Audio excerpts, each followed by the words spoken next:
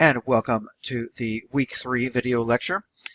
As we talked about earlier in our first couple of lectures, all relevant evidence is admissible unless there is a specific rule that excludes it. Well, we're coming up to one of those rules. This is kind of evidence that I call it sliming evidence. It's evidence that we use to slime the other side, make them look bad. And it tries to evoke in the mind of the jury this idea that the other side has the black hat, they're the bad guy, and so they should rule against them regardless of what the evidence may say. This is what we call character evidence. It can be misused. It is often misused. And if it's not protected against, great injustices can happen. Let me just give you an example. Let's assume that we have a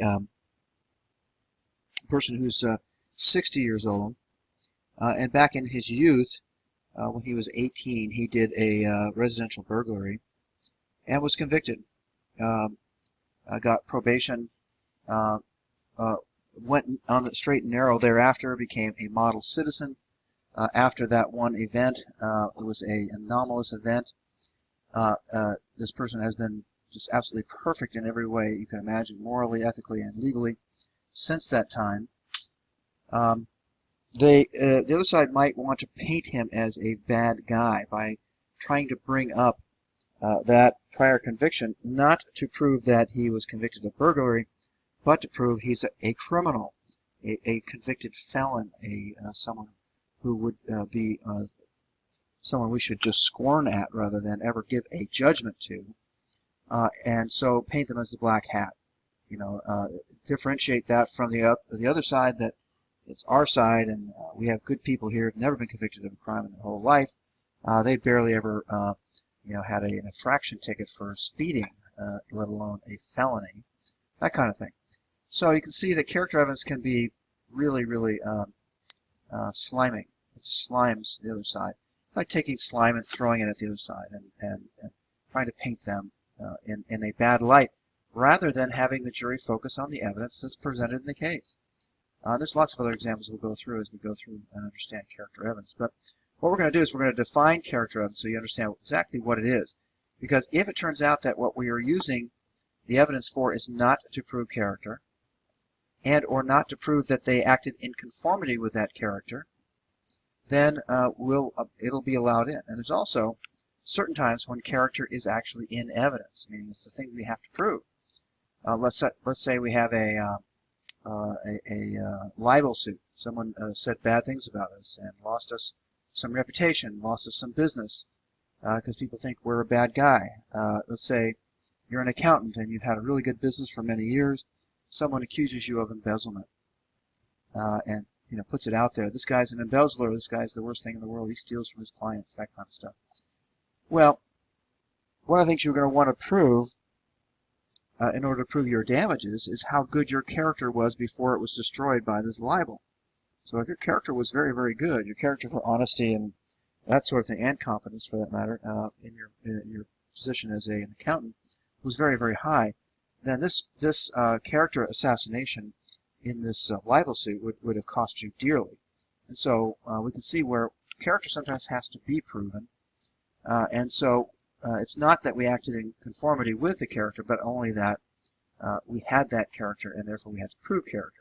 So character evidence, we'll see, and we get through all this, is not always excluded, and it's only excluded if it fits the definition of character evidence. So character evidence is proof of a person's character that is used to prove the person acted in conformity with that character trait at a particular time relevant to the lawsuit.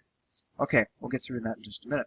So we'll go through character evidence in the civil cases, character evidence in when we have an accused in a criminal proceeding, which is different, because we'll see that in the criminal proceeding, the accused actually has a right to try to prove the character of the victim as a defense, while we cannot go after them for their character, even if they're a criminal, just because we're excluded from doing so, but they can. We'll see how it's sort of turned around in the criminal world.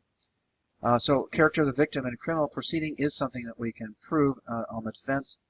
to try to prove that they acted in conformity with that character trait. So, for instance, if the victim was a very violent person, has a violent character trait, we might want to prove that in order to prove that our self-defense is actually good, because this person was violent, and everyone knew it, and you didn't take your chances with this guy.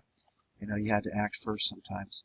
That kind of stuff. Anyway, also prior sexual conduct evidence in civil and criminal sex trials will be looked at as well. We'll see that, at least in California, possibly in other states by now, they allow in prior sexual conduct evidence in certain trials for the purpose of proving that a person actually did the sexual assault crime in question. This is a big diversion from what has been the law in the past. It was a recognition that people who do sexual assaults tend to be that way compulsively. They can't help themselves, kind of thing, and therefore, if they've done it in the past, then most likely they did it this time as well. Also, the same is true for domestic violence crimes. Also, we're going to go through the methods of proving character, if we can prove character. Sometimes we can, or sometimes allowed to, and if it's brought up in terms of the victim in a criminal case, for instance, where they try to assassinate the character of the victim, we can rehabilitate that character using character evidence also. So we can, just because someone says they're a bad person doesn't mean they actually are. So we have a right to go out and rehabilitate them.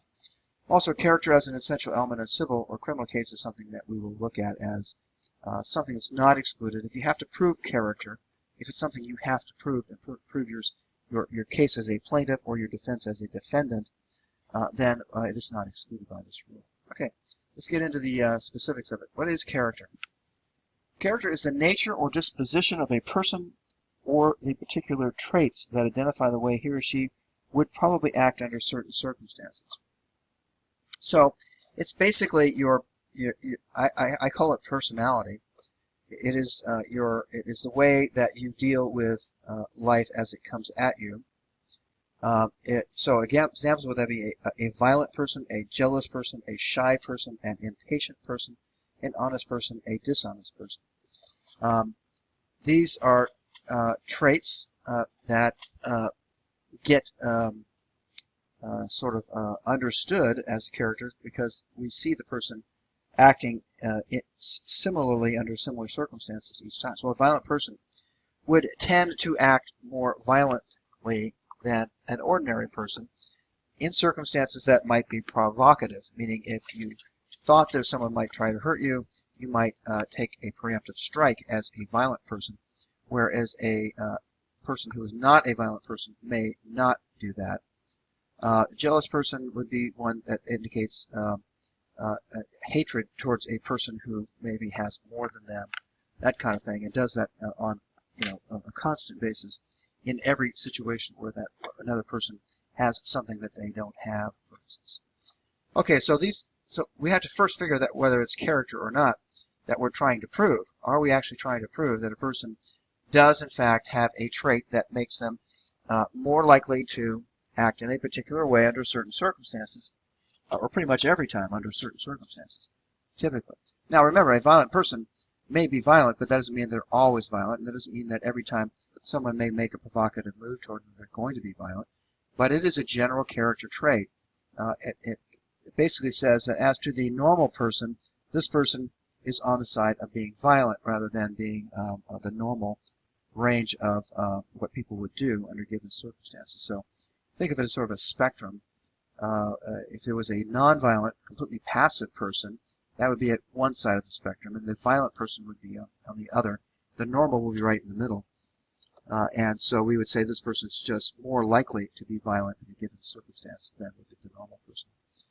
Okay, let's get into what the character evidence rule is. This is Rule 404A. California also has a similar rule. In fact, it's exactly the same because they're modeled on the federal rules as we talked about before. And it says evidence of a person's character is generally inadmissible to prove they acted in accordance with their character trait. Now this is very important. You have to have both character evidence being introduced and you have to have it being introduced for the purpose of proving that they acted in conformity with their character trait at a particular time relevant to the lawsuit.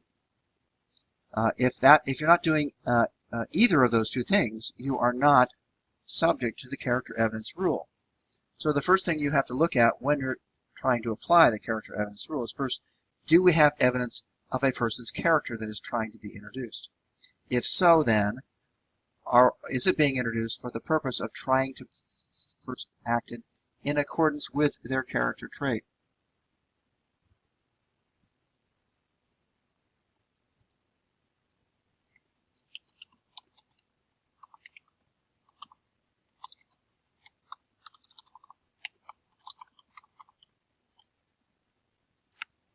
Now, the reasons why we exclude this is because it's what I talked about before. It is sliming evidence. That means that instead of having the jury look at the evidence in the case and judge it objectively, as they should, they are now going to rule against someone because they have been slimed by some evidence that they have a bad character trait. So, for instance, this is a good example. Our now president-elect was sort of browbeaten by the womanizing character trait that he was accused of multiple times during the period just before the election. And so they were trying to say, okay, he's a bad guy. We shouldn't have him as president.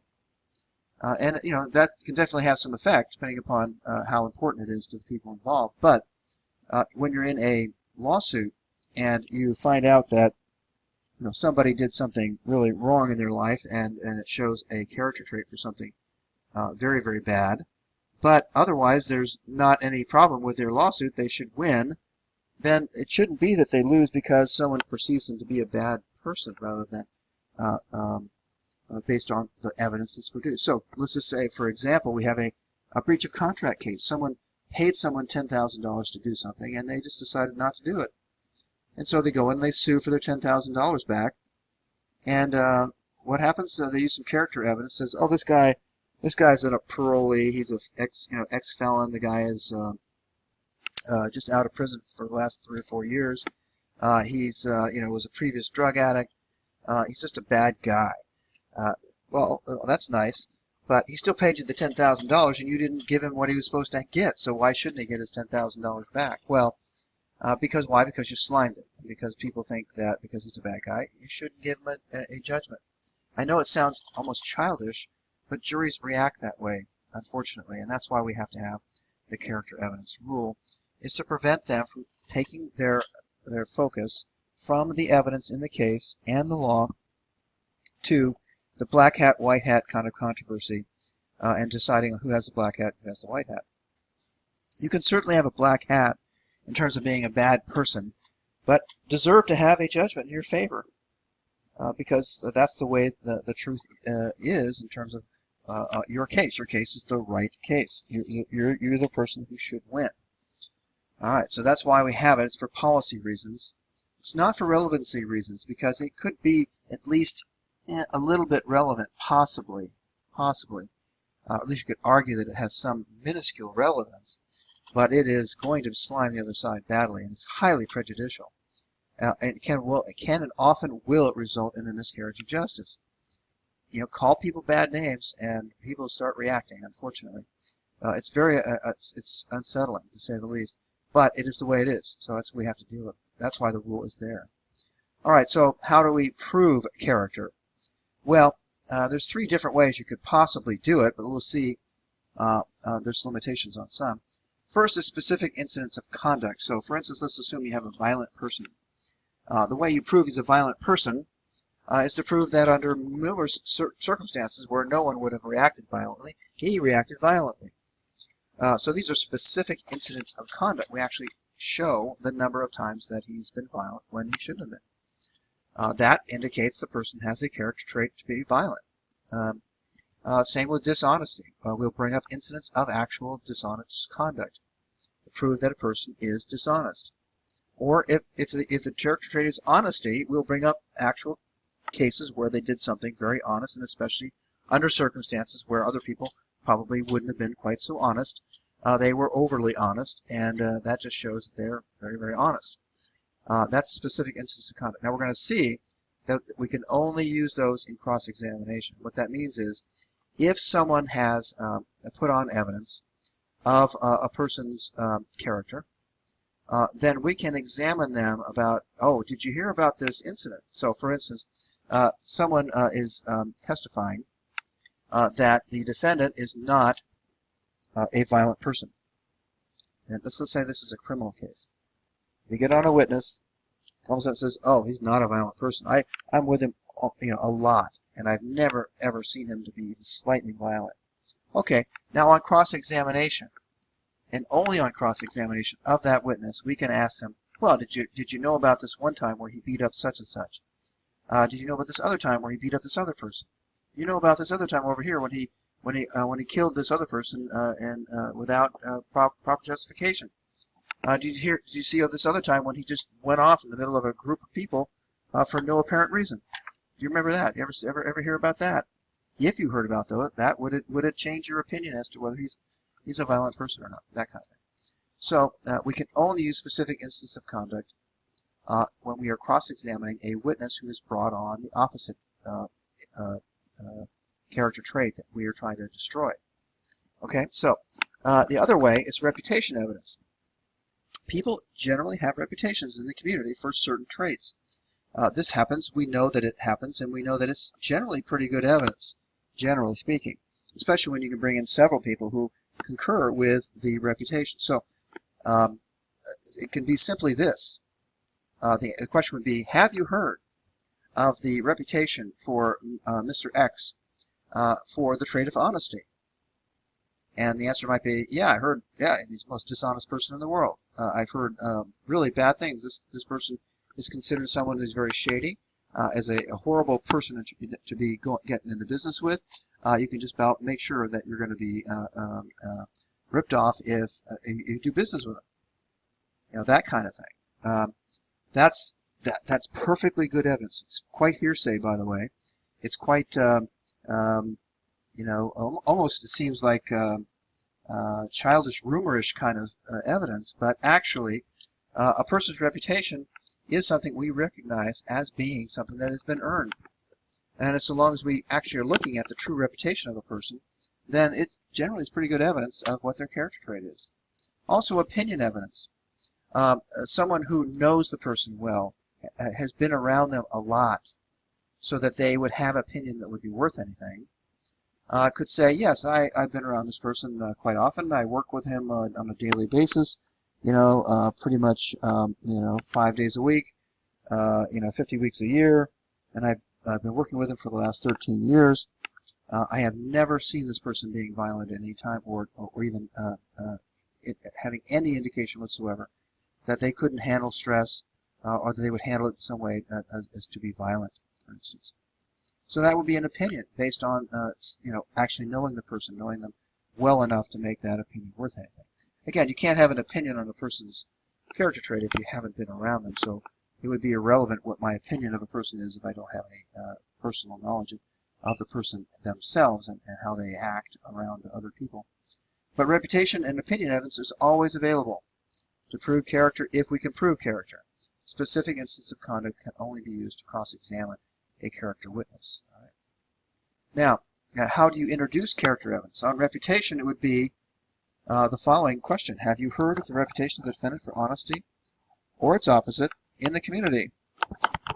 They're going to say, yeah, I have. Okay, well, what did you hear? What have you heard?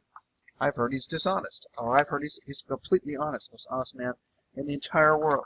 That kind of thing. Opinion would be, the question would be, do you have an opinion of the defendant's honesty or opposite, or its opposite? So you would ask the question, do you have an opinion? But before that, by the way, you'd have to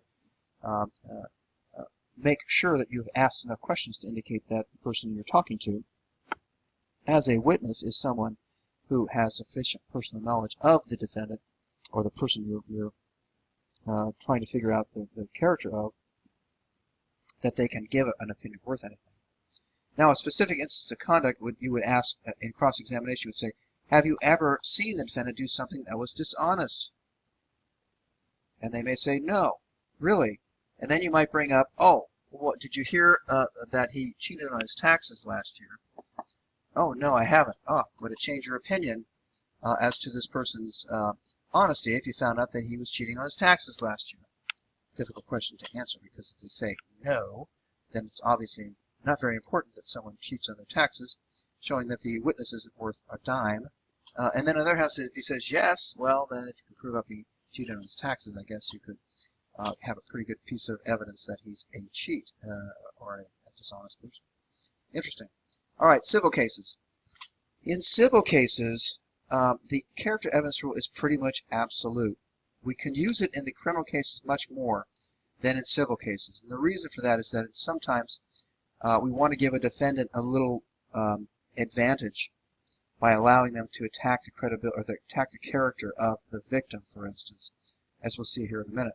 But in civil cases, no, not ever.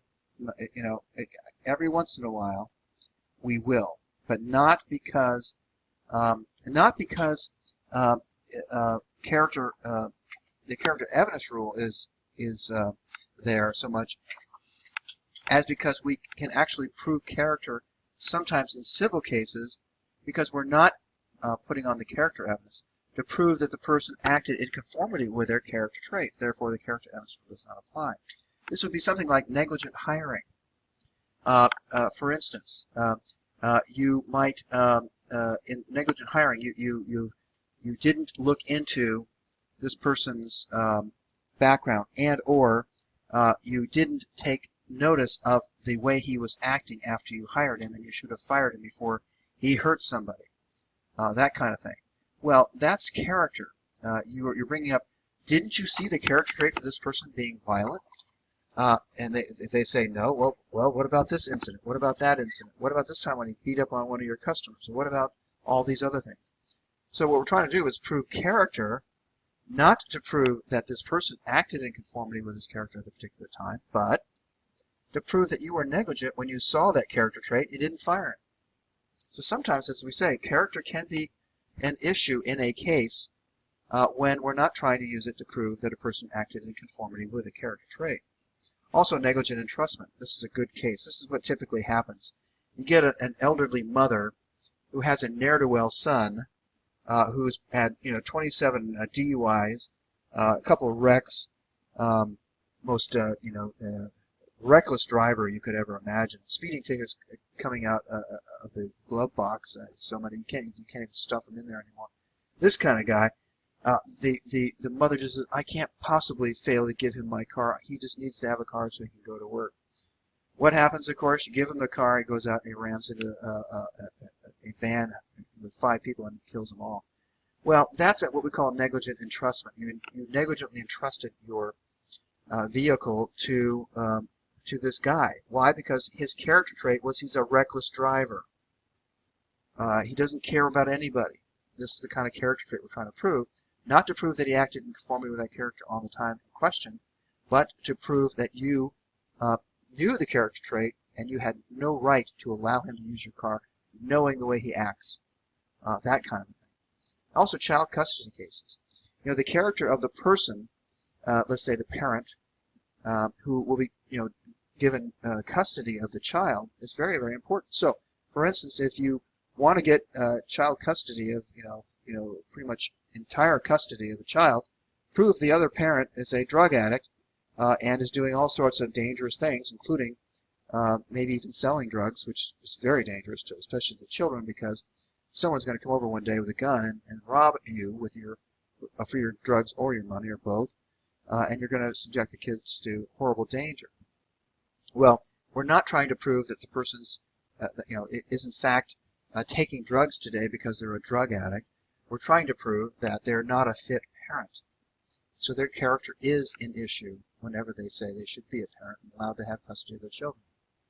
Also, loss of consortium, which is that's one of those really offbeat kind of damages that we would get when you have a spouse who dies because of some wrongfulness. So someone wrongfully kills your spouse. One of the things you lost is the loss of consortium. That means you've lost your sex life, basically. And so you would want to prove their character trait for being a good sexual partner, which is kind of that's the most embarrassing thing you could ever imagine having to do.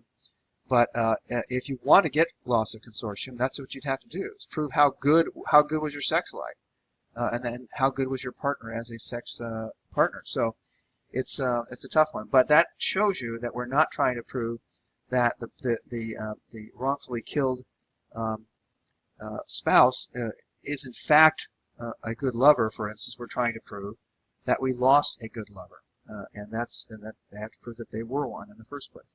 All right. Let's continue on here. In criminal cases, now this is where the character evidence rule deviates from the civil cases. Now remember, civil cases, pretty much the character evidence rule is absolute. You're almost never going to get in character evidence because character evidence requires you to prove character and the fact that someone acted in conformity with that character. You're almost never going to get it in a civil case. You will get it in a criminal case sometimes. So let's look exactly when. All right, in criminal cases, character evidence is sometimes admissible to prove that the person acted in conformity with their character trait in the incident at issue in the case.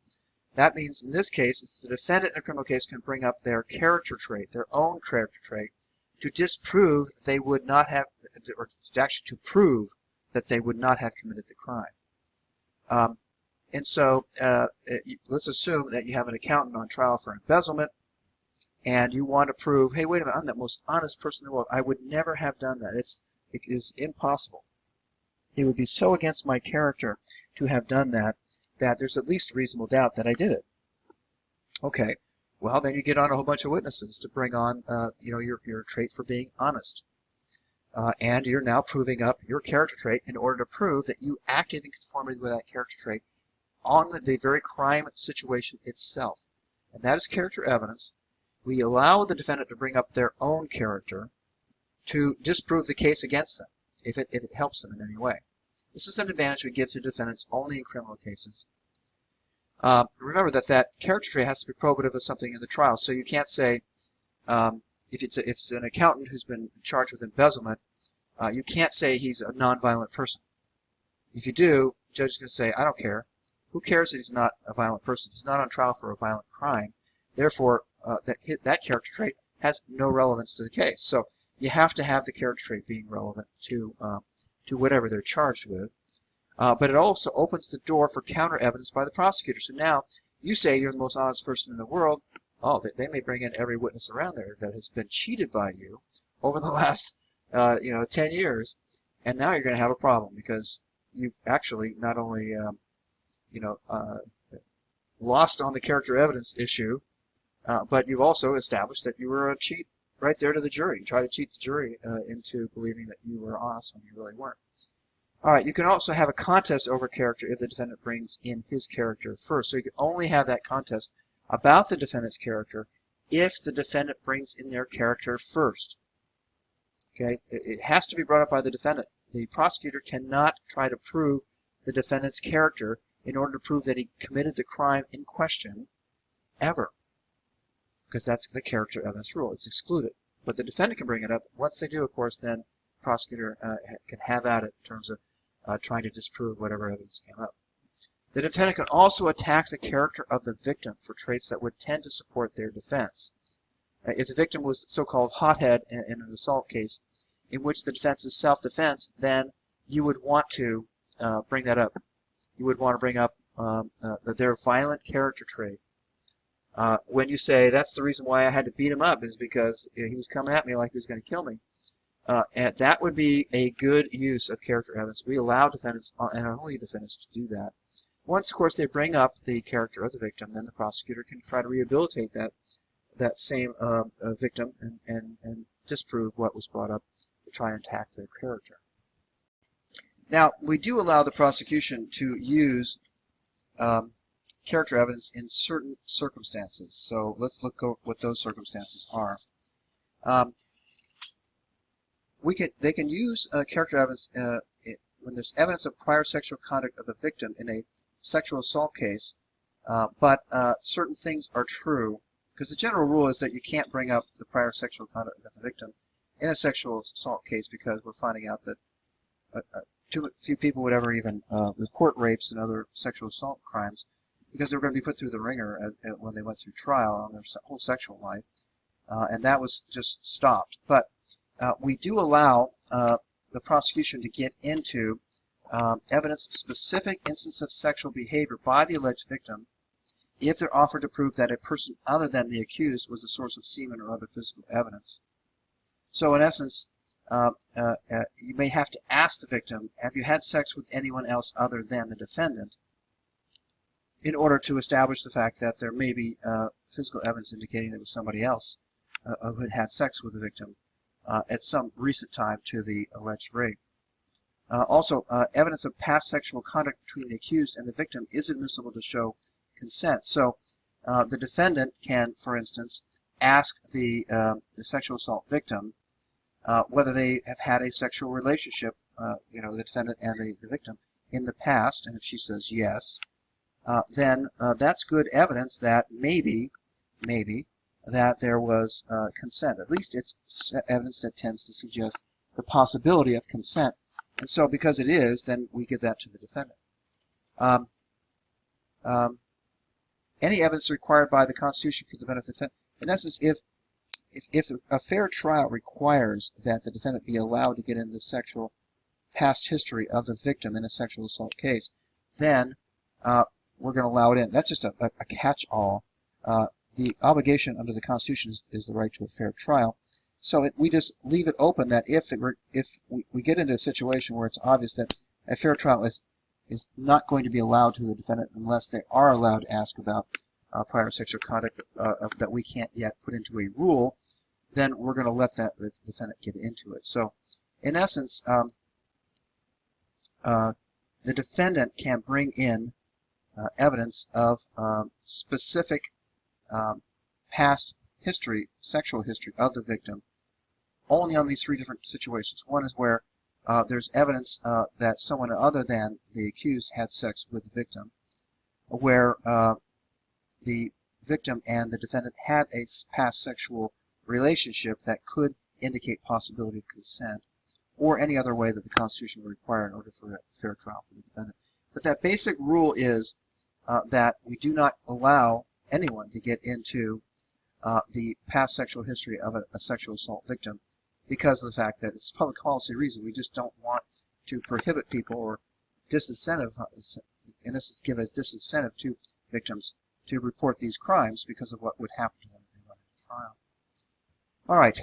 We also have Rule 404B, which is also in California 1101B, that says you can bring in extrinsic offenses of a defendant in a criminal case if it will prove motive, opportunity, intent, preparation, plan, knowledge, identity, or absence of mistake or accident. Now, what this is evidence that's not character evidence because it may prove character, possibly, but its purpose is not to prove that they acted in conformity with a character trait, or it's possible that it's not character evidence at all. It's actually evidence trying to prove something different. Let me just give you an example because it's kind of hard to understand without an example. Let's assume we have a burglar. This person's pretty much that's what they do. That's how they make money. Usually this is the typical drug addict, typically the heroin addict. They do a lot of burglary because that's just their way. They need a lot of money, and that's a good way to get it, is to burglarize homes and have lots of good stuff to fence.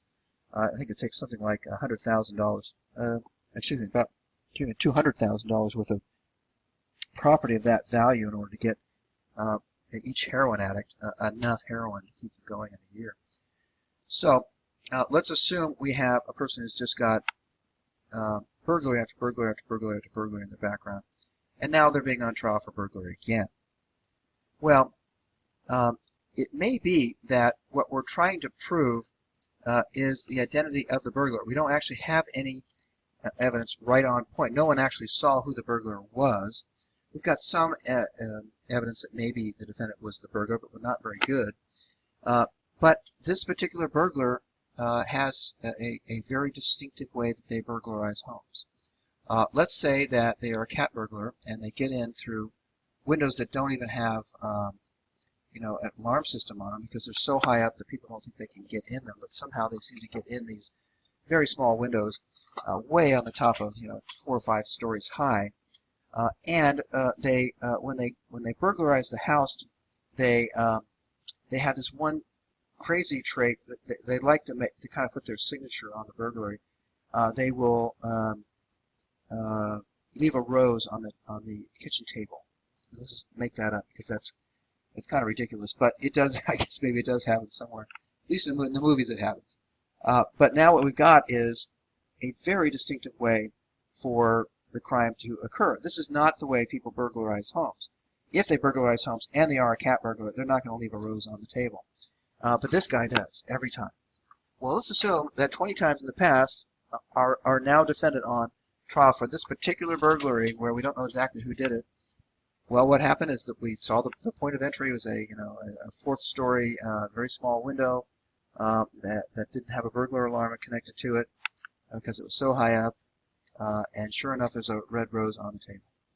Well, we can bring up all the prior burglaries, 20 burglaries where he did exactly the same thing, and each time he put a rose on the table. In order not to prove that he's a burglar, which is a character trait, but to prove that he was the one who burglarized this place because the person who burglarized it had such a definite way, a modus operandi that is so distinctive that it probably couldn't be anybody else. That's identity. Another case, this is one I actually did become familiar with, was a burglar, but he would burglarize commercial establishments, usually things like McDonald's restaurants that have a lot of cash. And what he was actually someone who worked for the safe company of the safes that are used for almost all of the fast food restaurants around, where they keep their cash until they can have it picked up by the truck that comes by and picks it up, the armed guards kind of stuff. This guy worked for them, and it was he was part of what he did is he put together these systems that, and he even developed them as well as fixed them, and he knew every little detail of them. So he before he left his employment with them, he made some templates about where to drill on the faceplate of the safe and exactly how to get in there by drilling in certain spots and putting certain tools in there that would open up this safe from the outside. He had done 3 or 4 burglaries doing exactly that. He got caught every time. And he had with him a set of templates that he would put he would tape to the front of the safe where he would be drilling through the template where the holes show him to where to drill. And sure enough, in the burglary that he was on trial for last, he again had exactly the same. Whoever did the burglary had exactly the same template because it was drilled out exactly the same way this guy did it. And there was only a handful, not even a handful, 2 or 3 people in the world who even knew that that's how you broke into that safe. And so that became very, very good evidence. So all his previous burglaries came in to prove he was the burglar in this particular case because no one saw it. That's identity evidence, okay? Knowledge is another one. I had a case, an arson case, where I wanted to prove that this guy had arsoned 2 other buildings and had never been charged. What happened was he burned down 2 basically abandoned buildings on his farm and went and got some insurance money for it. In one case he got $40,000, the other he got $60,000 for 2 basically worthless buildings. And I didn't prove it. I didn't want to prove it that he was an arsonist. I wanted to prove that he had knowledge of insurance proceeds as a ready form of cash. In essence, he was trained to realize that, you make a claim for arson and you burn a place down, you're going to get some cash. And sure enough, that's what he did in those 2 other ones. And that's what he did in the one he was charged with. So I wanted to use the evidence of the prior 2 buildings he burned down, or I claim he burned down, and his knowledge that insurance was a ready form of cash. Basically, it's a good way to get cash is to burn down one of your worthless buildings and get some cash so you can run your business. I could actually do that without actually having to say he burned it down. I could do it by saying, okay, two buildings of his two worthless buildings on his farm burned down. Each time he got $40,000 or $60,000 cash, pretty much very quickly after they were burned down. The jury's going to say, well, I guess what? We got ourselves an arsonist here. And they're going to say, in their own mind, oh, I guess he must have done the arson that he's charged with here, too. But that's not what I'm bringing the evidence on for, even though they may be using it for that purpose. They're going to be told by the judge not to do that, but they may do it anyway. I'm going to try and prove that he had knowledge of insurance proceeds as a ready form of cash. So you can see here that sometimes character, if it is very, very probative to a very important part of the case, in a criminal case especially, this is only in a criminal case, in fact, actually, then you can prove these other things with the evidence, even though the jury's going to say, boy, you just proved this guy's a criminal. You've proved he's a bad guy. You proved all these other things. But it's because it's so probative on one side, even though it may be prejudicial on the other, we can get it in. Now remember that whenever you have evidence that has both probative value and prejudicial value, then the Rule 403 can allow the court to exclude it. So they might be able to say, you know what? If I let you have that evidence on here, this guy's going to be convicted no matter what, not on the evidence before the jury, but the fact that he's just a burglar. And if that's the case, the judge is going to exclude the evidence because it's just overly prejudicial. It means it has much more prejudicial effect than probative value, and therefore it's going to be excluded. So again, FRE 404B and California 1101B do allow in evidence that would end up proving a character trait, usually very bad for a defendant, to prove motive, opportunity, intent, preparation, plan, knowledge, identity, or the absence of mistake or accident. All right, so these are things that we can use that information for if it's not overly prejudicial versus its probative value under Rule 403. And all evidence is subject to Rule 403 if it has any prejudicial value at all. All right, so let's look at the character evidence rule. In California criminal cases, we can use what is Evidence Code Section 1108 to get in character evidence of a person's prior sexual assaults to prove that he or she committed the present sexual assault offense. This is groundbreaking stuff. This is stuff that, as far as I know, only California has it. They are certainly the first state to bring it up. It is a recognition that people who do sexual assault crimes are under a compulsion to do so. They cannot help themselves. They do it all the time. And they are recidivist criminals by nature. And it is a recognition that that's the case. And so let me give you an example of where this could be a problem. You have Bill Cosby right now being accused of all sorts of really serious sexual assault crimes.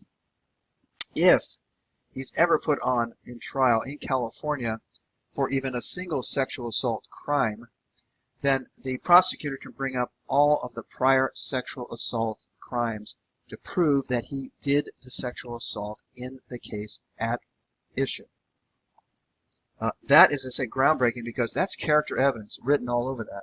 You're trying to prove he's a rapist, and therefore he raped this woman on this particular occasion. That is character evidence. It is ordinarily excluded by the character evidence rule, but under Evidence Code Section 1108 in California only, as far as I know, it can be gotten in by right because of this recognition. Now, under Evidence Code Section 1109, we can do exactly the same thing for prior domestic violence incidents to prove that the defendant committed the present domestic violence offense. That's another recognition that domestic violence is a recidivist crime. It is a way that people do things.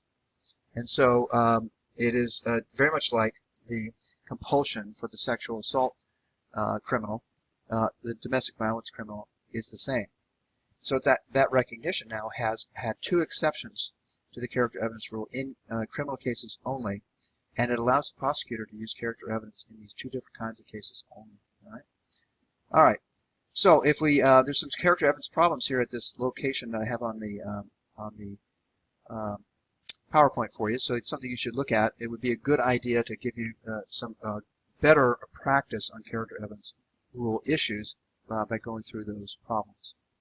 All right, that's it for character evidence. Now we're going to come up next week to habit evidence, and we're going to differentiate habit from character. So keep in mind that a character trait has to do with how people typically react to a given set of circumstances.